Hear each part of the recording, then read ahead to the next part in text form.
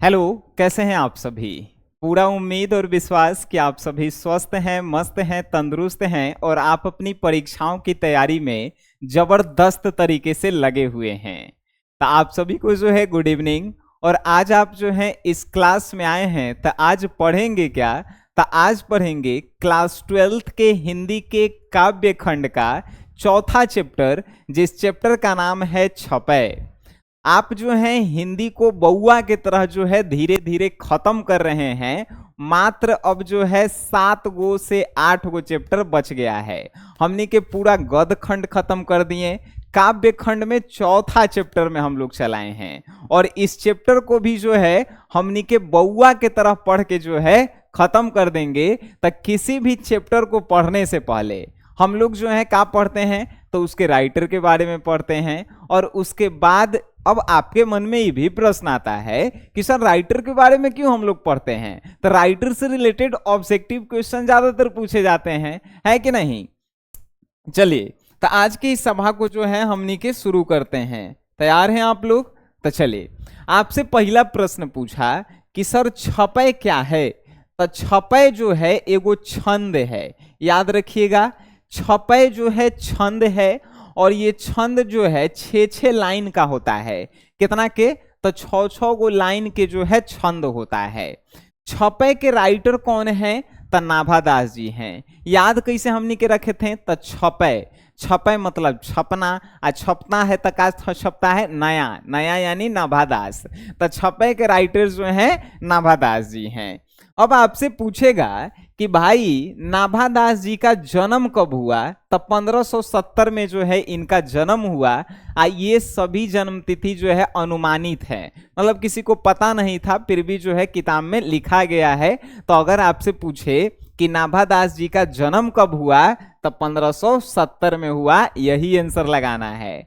अब आपसे पूछे कि इनका निधन कब हुआ, तो निधन के बारे में किसी को पता नहीं है, अज्ञात है। लेकिन अनुमान के अनुसार बताते हैं लोग, हिंदी के विद्वान लोग बताए हैं कि 1600 में। ठीक है, चलिए।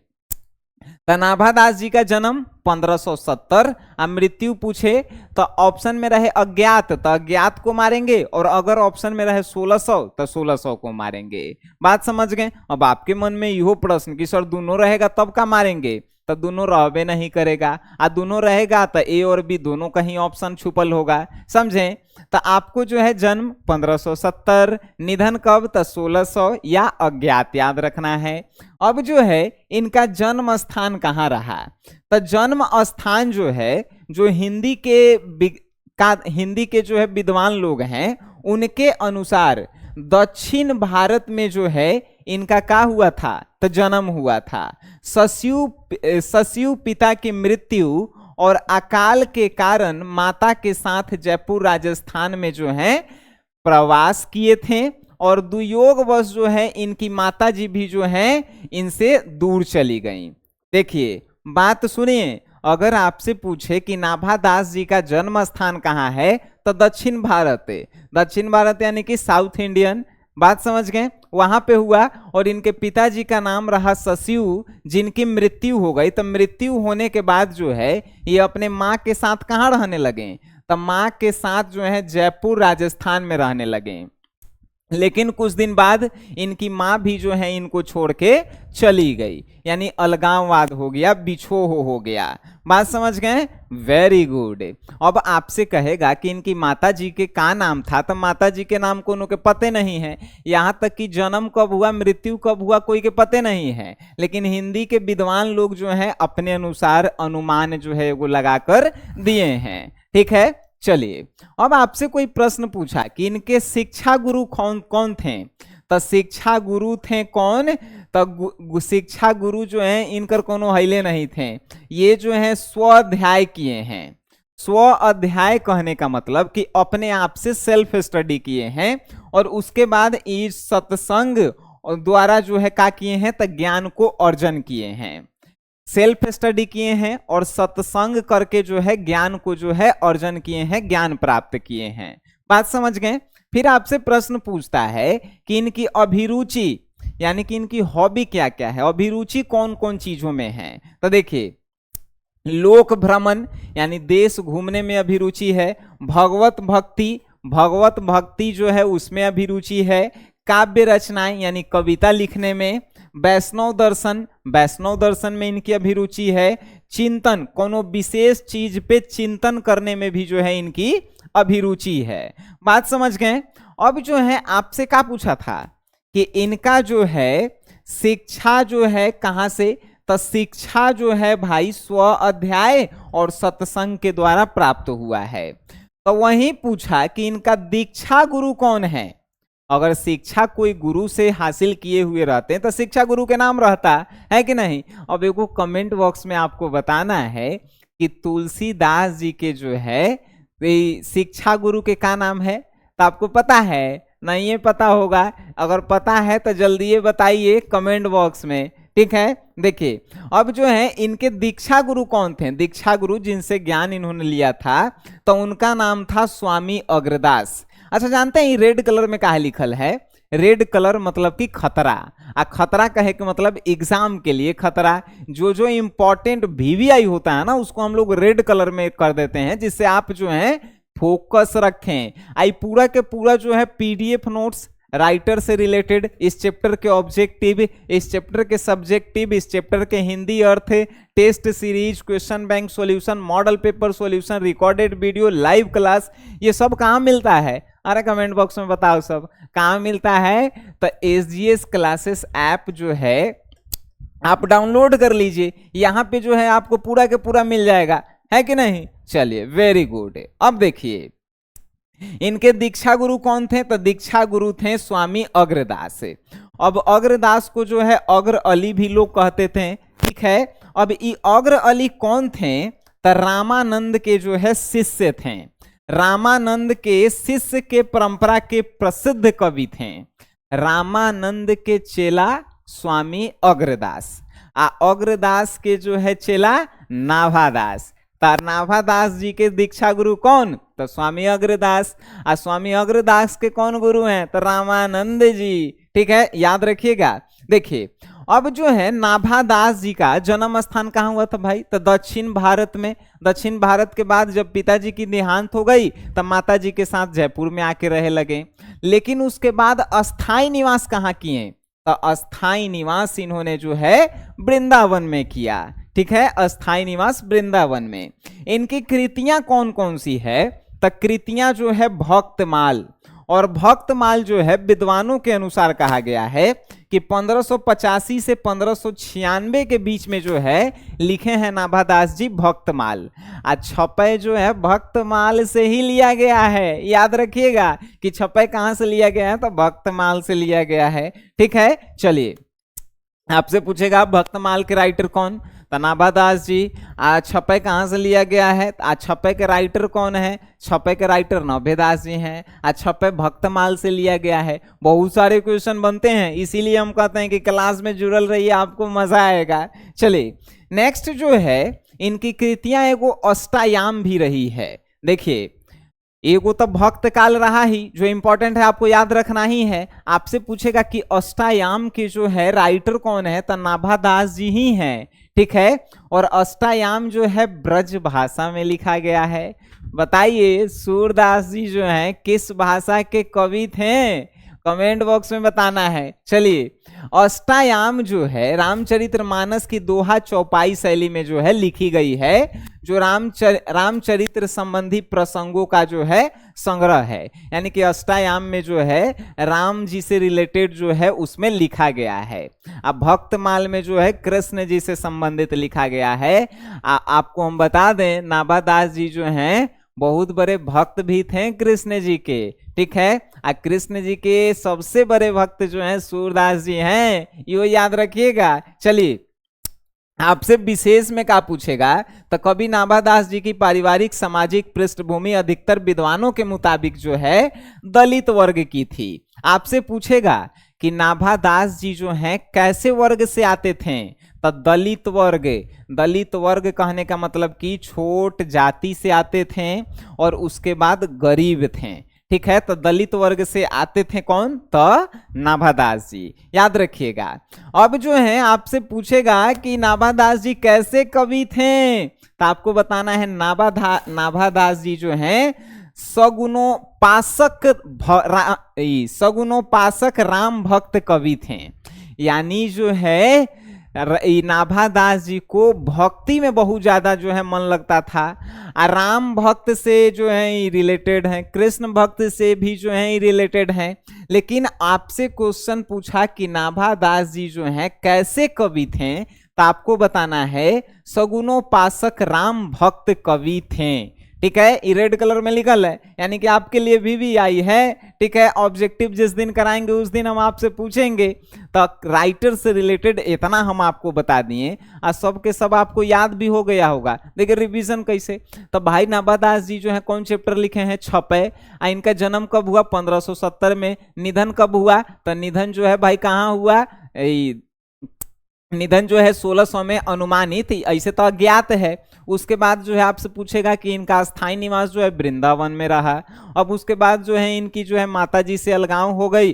पिताजी के देहांत के बाद माताजी के साथ जयपुर राजस्थान में रहे, उसके बाद माताजी से भी जो है इनका अलगाव हो गया। तो ये सब पूरा के पूरा तक क्लासे में हमनी के याद हो गया, पढ़ाते पढ़ाते हमरो याद हो गया है कि नहीं। चलिए अब जो है इस चैप्टर के बारे में हमनी के पढ़ते हैं। तो इस चैप्टर में छपे क्या है? छंद है। और छंद जो है 6-6 लाइन के होता है। तो छपे चैप्टर में 2 गो छंद है। ठीक है, आज छंद जो है 6-6 गो लाइन के। तो पहला छंद जो है कबीर के बारे में कौन लिखे हैं? नाभादास जी लिखे हैं। किसके बारे में? कबीर जी के बारे में।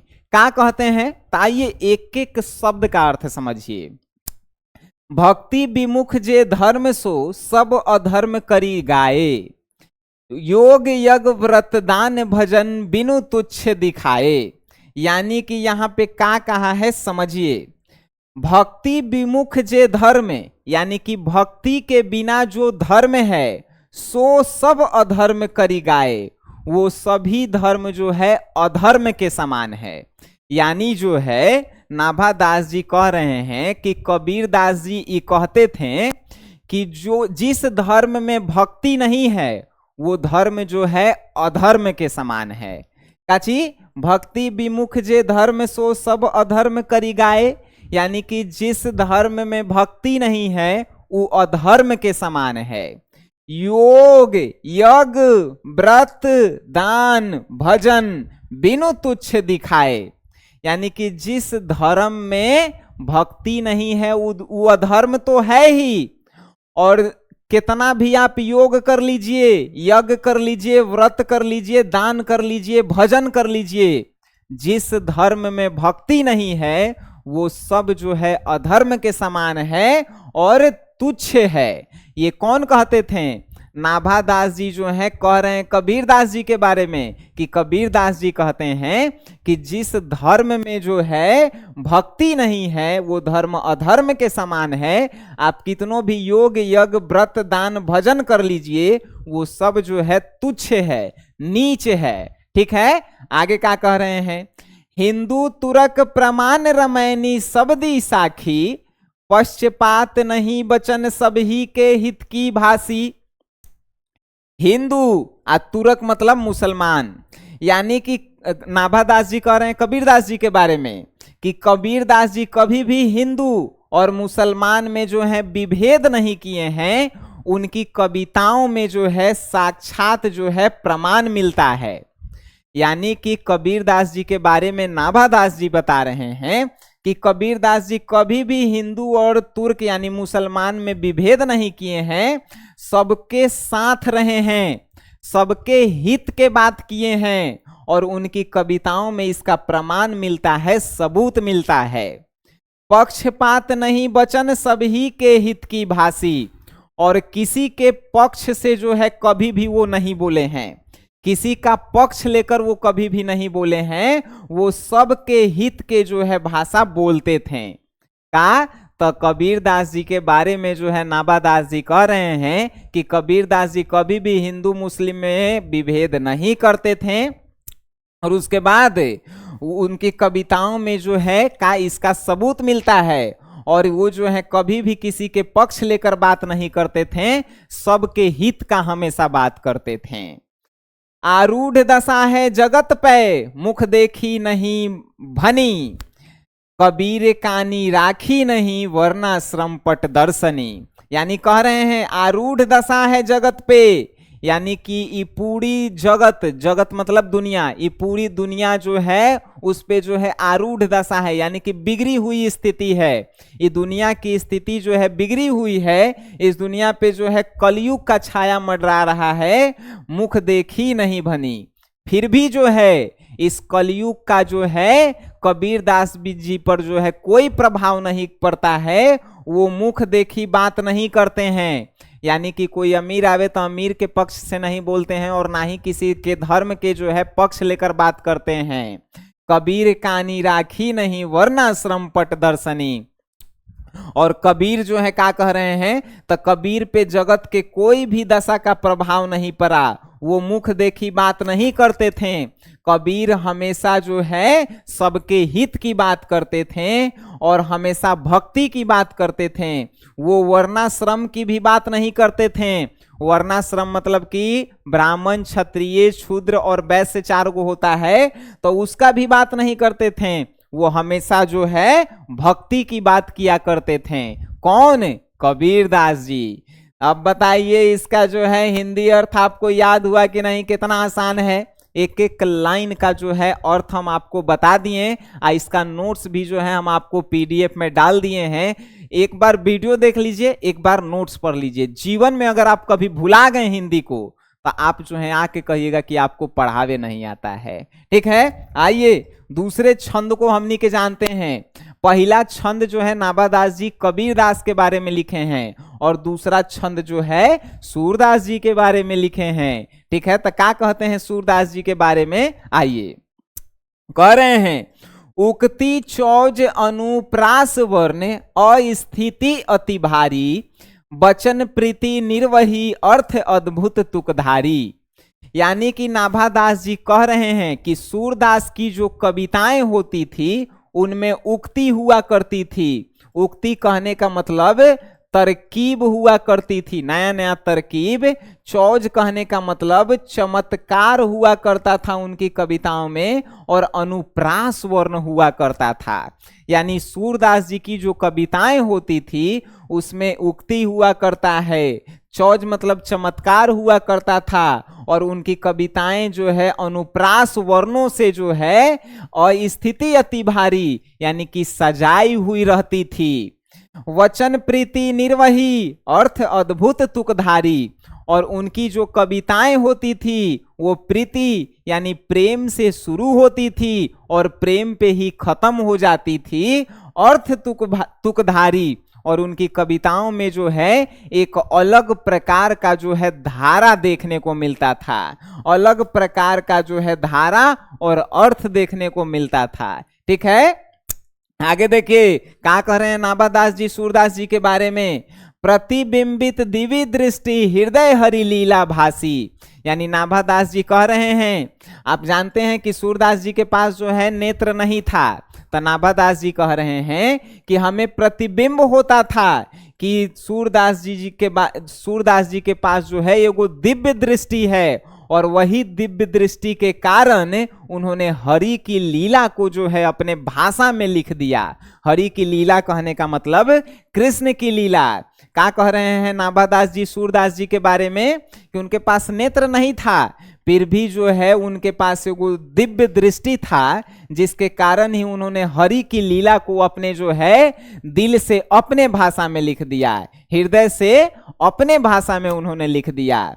जन्म कर्म गुण रूप सब ही रसना प्रकाशी। और उनके पास एक ऐसी दिव्य दृष्टि थी जिसके कारण उन्होंने हरि की लीला लिखी, कृष्ण की लीला, और कृष्ण के जन्म, कर्म, गुण, रूप सब के बारे में उन्होंने जो है इसी दिव्य दृष्टि से जो है लिखा है। नेत्र नहीं था फिर भी उनके पास एगो दिव्य दृष्टि था, जिस दिव्य दृष्टि के कारण ही सूरदास जी जो हैं कृष्ण जी के जन्म से लेके, कर्म से लेके, गुण से लेके पूरा उनका रूप का जो है वर्णन कर दिया है। ठीक है, आगे कह रहे हैं विमल बुद्धि हो तासुकी जो यह गुण श्रवणी धरे, यानी कि विमल बुद्धि यानी कि उनकी गुण जो है बढ़ जाती है, उनकी बुद्धि जो है बढ़ जाती है जो सूरदास की कविताओं को जो है सुनते हैं। जो यह गुण श्रवणी सुने, यानी कि उनकी बुद्धि बढ़ जाती है, उनका विकास हो जाता है। जो यह गुण श्रवणी धरे, जो सूरदास की कविताओं को जो है क्या करते हैं, सुनते हैं, उनके गुण के बारे में सुनते हैं। ठीक है, आगे सुर कवित सुनी कौन कवि जो नहीं सिर चालन करे, और सुर की कविताओं को कौन ऐसा कवि है जो सुनकर ये नहीं कहा है, सिर नहीं हिलाया होगा कि सुर की कविताएं जो है काफी ज्यादा अच्छी है। ठीक है, क्या कह रहे हैं, सुर कवित सुनी कौन कवि, यानी कि सुर की कविताओं को जो है कौन ऐसा कवि है जो सुना होगा और हाँ में जो है सिर नहीं हिलाया होगा कि सूरदास की कविताएं जो है कितनी अच्छी है, सिर चालन नहीं किया होगा। ठीक है, तो ये जो है दूसरा छंद का जो है हमने आपको अर्थ बता दिया।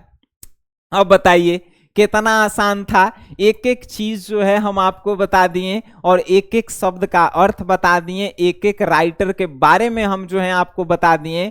अब एकरा से बाहर तो क्वेश्चन नहीं आएगा, बस आपको जो है अब क्या करना है, तो इस वीडियो को देख लिए, अब जाकर इसका नोट्स एक बार देख लीजिए, अर्थ देख लीजिए और उसके बाद इसका ऑब्जेक्टिव बना लीजिए, सब्जेक्टिव बना लीजिए। नहीं बनाइएगा तो नोट्स हम आपको दे दिए हैं, वहां से देख लीजिए और उसके बाद आप क्या कीजिए, तो ऐप में जाके इस चैप्टर का टेस्ट लगाइए कि आप कितना सही बनाते हैं और कितना गलत बनाते हैं। ठीक है, तो आज की क्लास जो है यहीं पे हम लोग समाप्त करते हैं, फिर हम लोग मिलेंगे नेक्स्ट क्लास में। तब तक के लिए टाटा बाय बाय, धन्यवाद।